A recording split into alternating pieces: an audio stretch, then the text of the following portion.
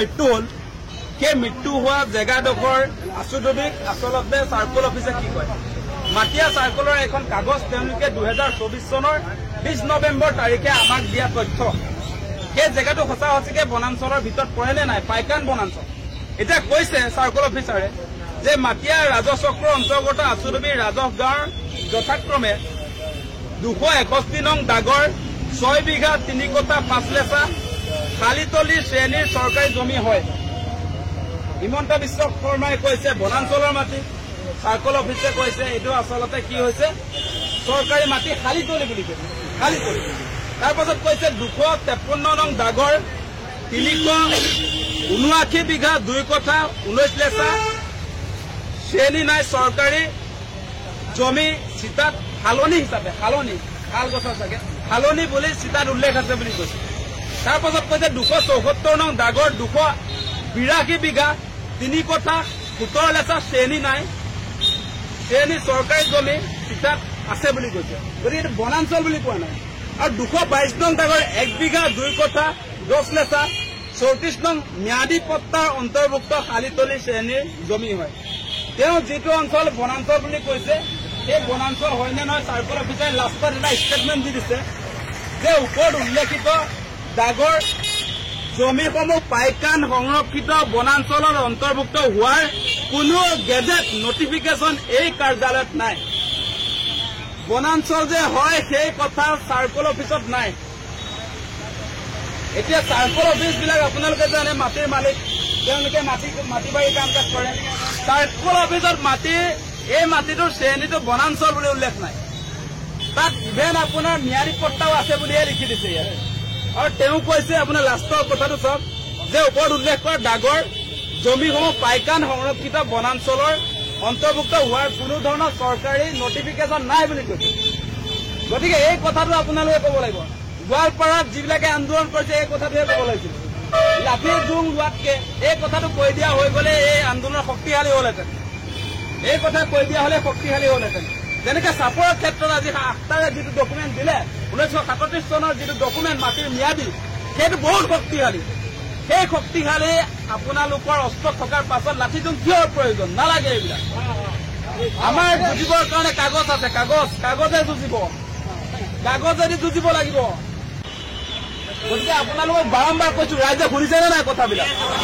শুনিছে আপোনালোকে আপোনালোকৰ ইতিহাসটো ক'ব যে আমাক কাম কৰিবৰ কাৰণে ব্ৰিটিছৰ দিনতে 1904 চনতে আনিছে ইয়াত গোৱালপাৰাত সেই কথাটো ক'ব যে আমাৰ মাটি 1937 চনত পট্টা কৰি দিয়া হৈছে আমি কেনেকৈ বাংলাদেশী সেই কথাটো ক'ব এই কাগজটো জোকাৰি কৈ দিলেহে আপুনি অসমৰ ৰাইজৰ সমৰ্থন পাব বেলেগ কথা নক'ব কেতিয়াও বেলেগ কথা যদি কৈ দিয়ে তেতিয়াহ'লে হিমন্ত বিশ্ব শৰ্মা শক্তিশালী হ'ব হিমন্ত বিশ্ব শৰ্মা শক্তিশালী হোৱাৰ কথা নক'ব কথাখিনি বুজি পাইছেনে হিমন্ত বিশ্ব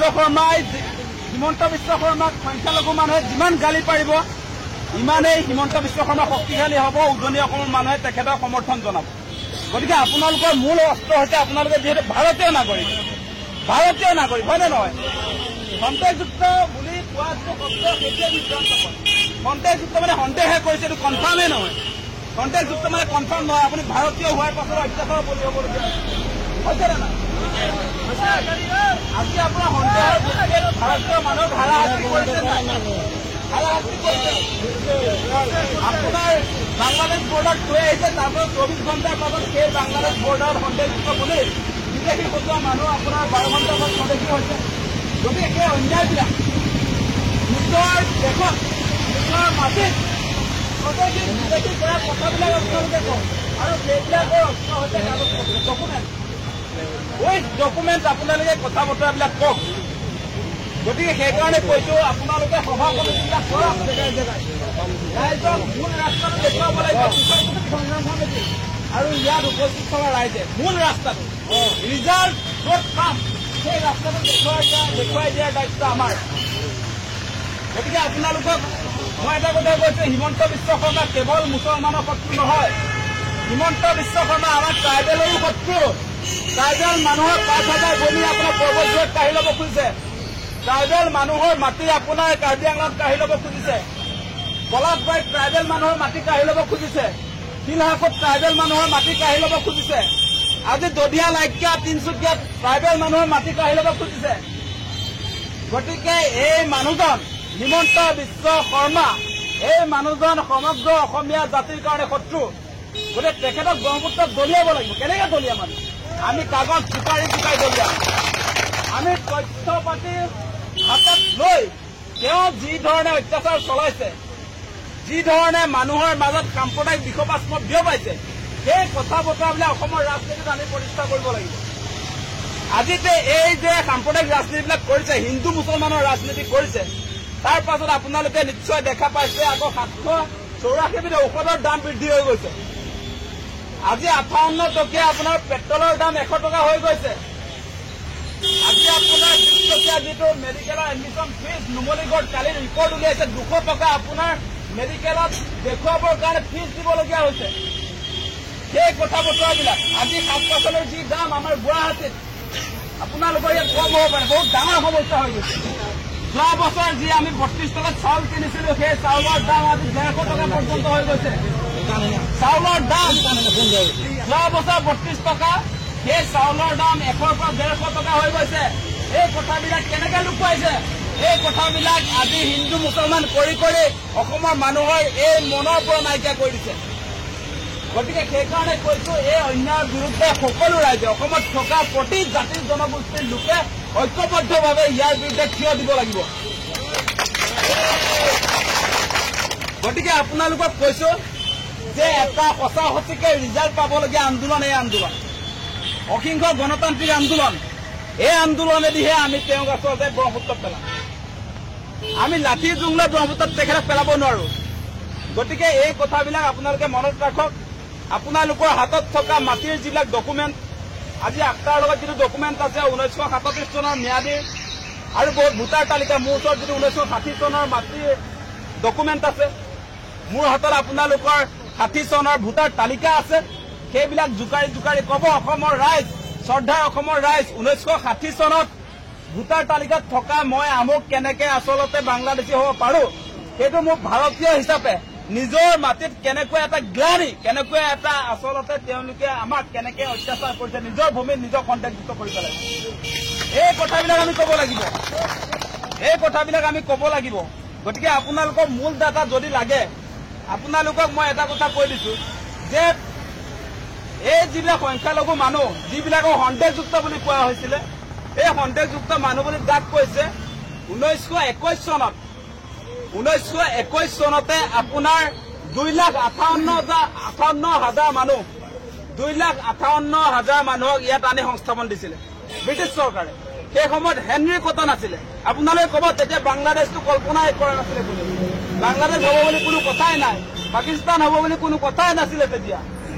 তেতিয়া ভাৰতে আমি সকলোৱে আচলতে ব্ৰিটিছক খেদিবৰ কাৰণে গণতান্ত্ৰিক আন্দোলনবিলাক কৰি আছিলো। তেতিয়াই কথা, এইবিলাক 100 বছৰৰ পুৰণি কথা। সেই সময়ছোৱাতে আপোনালোকক এই ভূমিত আনিলে। প্ৰথম আৰম্ভণি কৈছো 1904 চন, তাৰ পাছত আপোনাৰ 1921 চনত আপোনালোককতো মাটিৰ অধিকাৰ তুলি দিয়া হ'ল। তাৰ পাছত 1931 চনত আপোনালোকৰ কিমান মানুহক আনিলে আপোনালোকে যদি চাই, তথ্য যদি চাই, 5,76,000 জন। 5,76,000 কেতিয়া? 100 বছৰ আগতে, 100 বছৰ আগতে। তেতিয়া সেই সময়ছোৱাত আমাৰ অসমৰ জনসংখ্যা 25 লাখ মানহে আছিলে। কথাবিলাক বুজি লওক, এই কথাইহে আপোনালোকৰ ৰিজাল্ট দিব। গতিকে তাৰ পাছত কিমান মানুহক আপোনালোকৰ পত্তা দিলে সেই কথাটো যদি মই কৈ দিওঁ, সেই কথাটো কৈ দিলে আপোনালোকে ভাল পাব। এই ডায়েৰীখন দিয়াচোন, আপোনালোকৰ কিমান মানুহক পত্তা দিলে, কিছুমানে পাবলৈ থাকিলে কিমানে পালে, সেই কথাটো মই কৈ দিছো আপোনালোকক। এইটো খুব দৰকাৰী কথা, আপোনালোকক লাগিব এই কথা যে আপোনালোকক 1920 পৰা 30 চনত, 1920 মানে আজি কিমান চন? 2025। 105 বছৰ আগৰ কথা কৈ আছো, সৰু সুৰা কথা কৈ থকা নাই মই। 105 বছৰ আগৰ কথা কৈ আছো, 105 বছৰ আগৰ কথা কৈ আছো। আৰু আপোনালোকৰ ইতিহাসটো 150 বছৰ। সমুৱা মুছলমানৰ কথা কৈছো, কিন্তু আপোনাৰ বেলেগ গৰিয়া মৰিয়াৰ কথা যদি চাই তেতিয়াহ'লে আকৌ 1204, বহুত পুৰণা, 1000 বছৰ। গতিকে সেইকাৰণে আপোনালোকক কম এতিয়া যে মাটিৰ অধিকাৰ আপোনালোকক কেতিয়া কিমান দিলে সেইটো আপোনালোকক দৰকাৰ হ'ব। 1920 পৰা 1930 চন মই 100 বছৰ আগৰ কথা কৈ আছো 1920 পৰা 1930 চনৰ ভিতৰত আপোনালোকক মাটিৰ পট্টা তুলি দিয়া হৈছিলে 6,53,018 জনক 6,53,018 জনক 1920 পৰা 1930 চনতে মাটি তুলি দিছিলে আৰু সেই সময়ত হিন্দু মানুহক তুলি দিছিলে কেৱল 84,000 পৰিয়ালক আপোনালোকৰ মানুহক মানে মই যে এটা কথা কৈ আছিলো যে আপোনালোক খেতি কৰিবৰ কাৰণে কুচুলাই মেলি অনা হৈছিলে পূৰ্ববংগৰ পৰা কুচুলাই মেলি কাম কৰিবৰ কাৰণে ভাল কাম আছে তহঁতক কাম দিম তহঁতক সংস্থাপন দিম বুলি এটা কমুৱা সংস্থাপন নীতি 1928 খ্ৰীষ্টাব্দত আপোনাৰ কমুৱা সংস্থাপন নীতিও ব্ৰিটিছ চৰকাৰে আনিছিলে কমুৱা সংস্থাপন নীতি মানে কমুৱা মুছলমানবিলাকক মৰাপাট খেতিৰ কাৰণে লগে লগে যে সংস্থাপন মাটিৰ পট্টা তুলি দিয়া সেই কাৰ্যসূচী আৰম্ভ কৰিছিলে গতিকে আপোনালোকে এই হিষ্ট্ৰীটো ক'ব লাগিব তেতিয়াই আপোনাৰ 6,53,018 জন আমাৰ আপোনালোকৰ মানুহক দিছিলে মাটি গতিকে এই মানুহবিলাক সন্দেহযুক্ত বুলি কৈছে সেই কথাটো ধৰিব লাগিব মেইন জেগাত ধৰিব লাগিব আৰু শেহতীয়াকৈ যিবিলাক কথা কৈছে এইবিলাক কেতিয়াও নক'ব যে অসমীয়া ভাষা নাইকিয়া কৰি দিম এনেকুৱা কথা নক'ব সেইটোত আচলতে আপোনালোকে সমৰ্থন নাপায় সেইটো জাতিদ্ৰোহী কথা এইবিলাক কথা কেতিয়াও নক'ব অসমক বাংলাদেশ কৰিম বুলি কোনো মানুহে নক'ব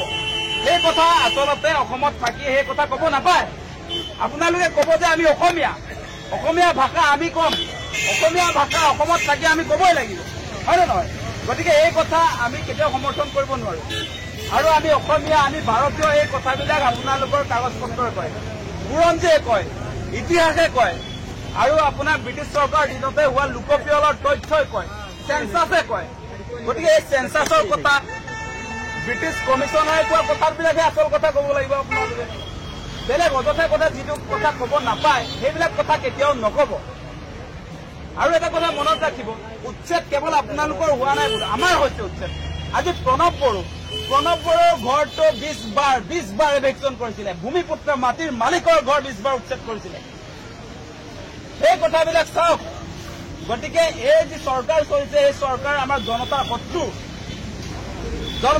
আজি ট্ৰাইবেল মানুহক 20 বাৰ উচ্ছেদ কৰিব পাৰে নেকি মাটিৰ মালিক ভূমিপুত্ৰ চৰকাৰটো কালি পৰহি আহিছে হয় নে নহয় গতিকে সেইকাৰণে কৈছো কংগ্ৰেছো আমাৰ বন্ধু নহয় বিজেপিও আমাৰ বন্ধু নহয় ৰাইজে আমি নিজৰ অধিকাৰৰ কাৰণে সদায় চিঞৰ বাখৰ কৰি থাকিব লাগে হয় নে নহয় কংগ্ৰেছৰ দিনতো আমাৰ সমস্যা সমাধান হোৱা নাই বিজেপিৰ দিনতো সমস্যা সমাধান হোৱা নাই বাঢ়িছে সমস্যা বঢ়াই গৈ আছে সমস্যাৰ সমাধান কোনেও কৰা নাই আজি আপোনাৰ ভাৰতীয় মানুহক বিদেশী সজাইছে এইটো কথা এইটো কেনেকুৱা ধৰণৰ অন্যায় সেইটো কাম কৰিব পাৰে নেকি আমি কৈছো 1971 চনৰ 25 মাৰ্চৰ পৰা যিবিলাক মানুহ আচলতে অসমত আছে 1971 চনৰ 25 মাৰ্চৰ আগৰ পৰা যিবিলাক মানুহ অসমত আছে সকলো ভাৰতীয় সেইটো সুপ্ৰিম কোৰ্টে কৈছে আজি সুপ্ৰিম কোৰ্ট অফ ইণ্ডিয়াই বহুত দিনীয়া শুনানিৰ পাছত বহুতে কৈছে 51 চন হ'ব লাগে বহুতে কৈছে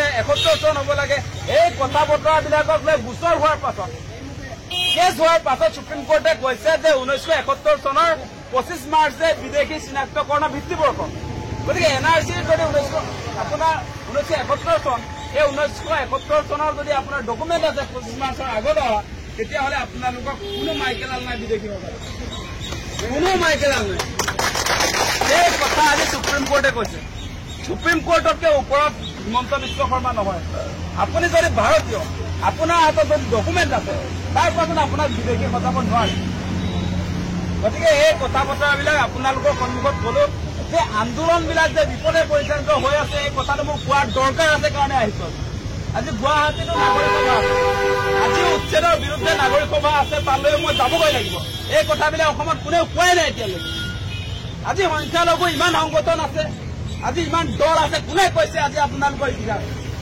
আপোনালোকক যে ইয়াত সংস্থাপন কৰা হৈছিলে আপোনালোকক কেতিয়া আনিছিলে এই কথা মুছলমানেও নকয় হিন্দুৱে নকয় কোনেও নকয় যদি নকয় তেতিয়াহ'লে হিমন্ত বিশ্ব শৰ্মাই যেনেকে নচুৱাই মানুহক তেনেকে নাচি থাকিব যেনেকে নচুৱাই তেনেকে নাচি থাকিব যদি আপোনালোকে নিজৰ কথাখিনি নিজৰ লিগেল কথাখিনি তেতিয়া ক'ব নোৱাৰিব এতিয়া আপোনালোকে নিশ্চয় দেখা পাইছে যে আজিৰ দিনটোত আপোনালোকে নিশ্চয় দেখা পাইছে লখিমপুৰত যে আমাৰ আহোম মানুহ উচ্ছেদ কৰিছে গুণগুণ চেতিয়াৰ কঠীয়াতলি উচ্ছেদ কৰা দেখিছে নে আপোনালোকে সেই গুণগুণ চেতিয়াৰ কঠীয়াতলি উচ্ছেদ কৰা হৈছে গুণগুণ চেতিয়াই নিজে ভিডিঅ' কৰি দেখুৱাইছে তাৰ পাছত মুখ্যমন্ত্ৰীয়ে কয় সেইটো বোলে 7 চাল মাৰা মানুহে তাত কঠীয়া ৰুইছিলে। এনেকুৱা কথা ক'ব পাৰে নেকি আপোনালোকে? এই কথা ইমান পৰ্যায়ত মিছা কথা ক'ব পাৰে হিমন্ত বিশ্ব শৰ্মাই? এগৰাকী আপোনাৰ ভূমিপুত্ৰ ছোৱালীয়ে, আহোম সম্প্ৰদায়ৰ ছোৱালীয়ে নিজৰ কঠীয়াতলি উচ্ছেদ কৰাৰ সময়ত কেনেকুৱা আচলতে ভিডিঅ' কৰিছিলে সেইটো সকলো অসমৰ ৰাইজে দেখিছে। তাৰ পাছত কালি পৰহি সংবাদমেল পাতি কৈ দিলে এইটো 7 চাল মৰা মানুহে বোলে কঠীয়া সিঁচিছিলে। ইমান মিছা কথা অসমৰ মুখ্যমন্ত্ৰীয়ে ক'ব পাৰে নেকি? সেই কথাটো আপোনালোকে গতিকে এই মানুহজনে আমাৰ মানুহবিলাকক কেনেকে আচলতে হিন্দু মুছলমান কৰি পেলাইছে নিশ্চয় দেখা পাইছে। কেনেকে মানুহৰ মাজত মানুহক বিভাজন কৰিছে নিশ্চয় দেখিছে। কেনেকে ধৰ্মৰ নামত সাম্প্ৰদায়িক ৰাজনীতিবিলাক কৰিছে আপোনালোকে নিশ্চয় দেখিছে। গতিকে ইয়াৰ পৰা আমাক পৰিত্ৰাণ লাগে। পৰিত্ৰাণ লাগে নে নাই? পৰিত্ৰাণ যদি লাগে তেনেহলে আমাৰ এই গণতান্ত্ৰিক আন্দোলন, আমাৰ এই কাগজ পত্ৰ আন্দোলন, এই আন্দোলনৰ জৰিয়তে আমি এই যিবিলাক মিছা কথা কৈ অসমৰ ৰাইজক নচুৱাই আছে এই কথাবিলাক আমি প্ৰতিষ্ঠা কৰিব লাগিব। আমি ওলোটাই দিব লাগিব। আমি ওলোটাই দি হিমন্ত বিশ্ব শৰ্মাক পহৰাই দিব লাগিব। সেই কথাবিলাক আপোনালোকক ক'বৰ কাৰণে আহিলো। বেছি দীঘলীয়া নকৰো, বহুত সময় হৈ গ'ল। খালি আপোনালোকক অনুৰোধ জনাম যে আপোনালোকে ডকুমেণ্টৰ ভিত্তিত তথ্য পাতি হাতত লৈ কথাবিলাক ক'ব। তথ্য পাতি হাতত লৈ আস্থাৰে যেনেকে কৈছে তেনেকে ক'ব। আপোনালোকৰ যিবিলাক কাগজ পত্ৰ আছে এইবিলাক দেখুৱাই দেখুৱাই কথা ক'ব। কালি এটা কথা আপোনালোকক কৈ যাওঁ, য'ত আপোনাৰ পাইকান বনাঞ্চল বুলি আচুডুবিৰ কথা কৈছে, তাত চাৰ্কল অফিচাৰে কৈছে সেইটো পাইকান বনাঞ্চলৰ নহয়, য'ত আপোনাৰ কালি গুলীয়াই হত্যা কৰা হৈছে এগৰাকী যুৱকক। এতিয়ালৈকে 2জন মৰিছে বুলি কৈছে। পুলিচৰ গুলীচালনাত 2জনৰ মৃত্যু হৈ গ'ল। আচুডুবিৰ কাগজ পত্ৰই মই লৈ আহিছিলো আপোনালোকক। আচুডুবিৰ কি হৈছে কাহিনী আপোনালোকক মই দেখুৱাই থৈ যাওঁ, কেনেকে অন্যায়বিলাক হৈছে চাই ল'ব।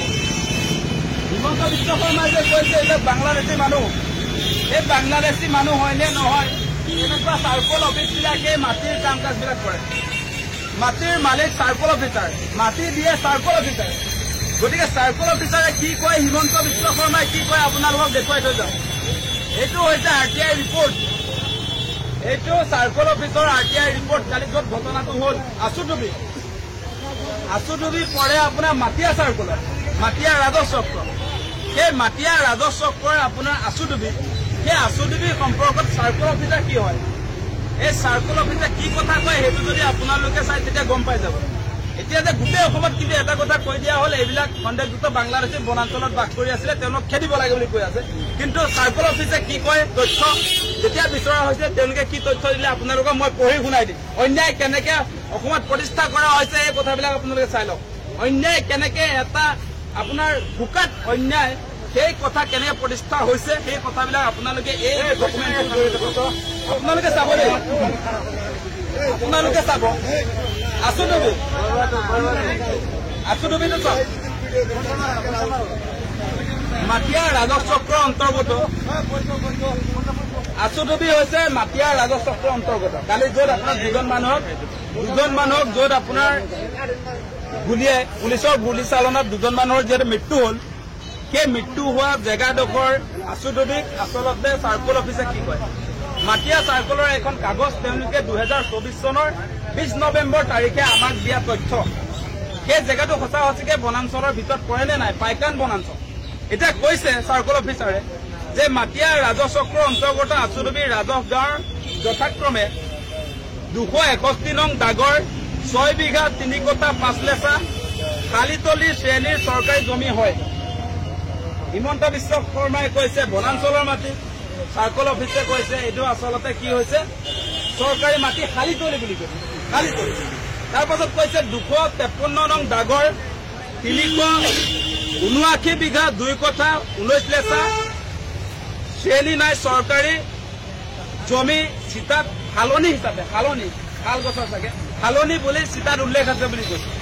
তাৰ পাছত কৈছে 274 নং দাগৰ 282 বিঘা 3 কঠা 17 লেচা শ্ৰেণী নাই, শ্ৰেণী চৰকাৰী জমি চিতাত আছে বুলি কৈছে। গতিকে এইটো বনাঞ্চল বুলি কোৱা নাই। আৰু 222 নং দাগৰ 1 বিঘা 2 কঠা 10 লেচা 34 নং ম্যাদী পট্টাৰ অন্তৰ্ভুক্ত খালিতলি শ্ৰেণীৰ জমি হয়। তেওঁ যিটো অঞ্চল বনাঞ্চল বুলি কৈছে সেই বনাঞ্চল হয় নে নহয় চাৰ্কল অফিচাৰে লাষ্টত এটা ষ্টেটমেণ্ট দি দিছে যে ওপৰত উল্লেখিত দাগৰ জমিসমূহ পাইকান সংৰক্ষিত বনাঞ্চলৰ অন্তৰ্ভুক্ত হোৱাৰ কোনো গেজেট নটিফিকেশ্যন এই কাৰ্যালয়ত নাই। বনাঞ্চল যে হয় সেই কথা চাৰ্কল অফিচত নাই। এতিয়া চাৰ্কল অফিচবিলাক আপোনালোকে জানে মাটিৰ মালিক, তেওঁলোকে মাটি বাৰী কাম কাজ কৰে। চাৰ্কল অফিচত এই মাটিটোৰ শ্ৰেণীটো বনাঞ্চল বুলি উল্লেখ নাই। তাত ইভেন আপোনাৰ ম্যাদী পট্টাও আছে বুলিহে লিখি দিছে ইয়াত। আৰু তেওঁ কৈছে আপোনাৰ লাষ্টৰ কথাটো চাওক যে ওপৰত উল্লেখ কৰা ডাগৰ জমিসমূহ পাইকান সংৰক্ষিত বনাঞ্চলৰ অন্তৰ্ভুক্ত হোৱাৰ কোনো ধৰণৰ চৰকাৰী নটিফিকেশ্যন নাই বুলি কৈছে। গতিকে এই কথাটো আপোনালোকে ক'ব লাগিব। গোৱালপাৰাত যিবিলাকে আন্দোলন কৰিছে এই কথাটোহে ক'ব লাগিছিল। লাঠিৰ জোং লোৱাতকে এই কথাটো কৈ দিয়া হৈ গ'লে এই আন্দোলন শক্তিশালী হ'লহেঁতেন। এই কথা কৈ দিয়া হ'লে শক্তিশালী হ'লহেঁতেন। যেনেকে চাপৰৰ ক্ষেত্ৰত আজি 8টাৰে যিটো ডকুমেণ্ট দিলে 1937 চনৰ যিটো ডকুমেণ্ট মাটিৰ ম্যাদী, সেইটো বহুত শক্তিশালী। সেই শক্তিশালী আপোনালোকৰ অস্ত্ৰ থকাৰ পাছত লাঠি জোং কিহৰ প্ৰয়োজন? নালাগে এইবিলাক। আমাৰ যুঁজিবৰ কাৰণে কাগজ আছে, কাগজে যুঁজিব, কাগজেদি যুঁজিব লাগিব। গতিকে সেইকাৰণে কৈছো আপোনালোকে এটা অতি গুৰুত্বপূৰ্ণ আন্দোলন চলাইছে, মানুহ কম হৈছে যদিও এই আন্দোলনেহে চৰকাৰৰ সিদ্ধান্ত বদলাব। এই আন্দোলনেহে আচলতে অসমৰ এই ৰাজনৈতিক পথাৰত সাম্প্ৰদায়িক ৰাজনীতি কৰি থকা হিমন্ত বিশ্ব শৰ্মাক বগোৱাব পাৰিব।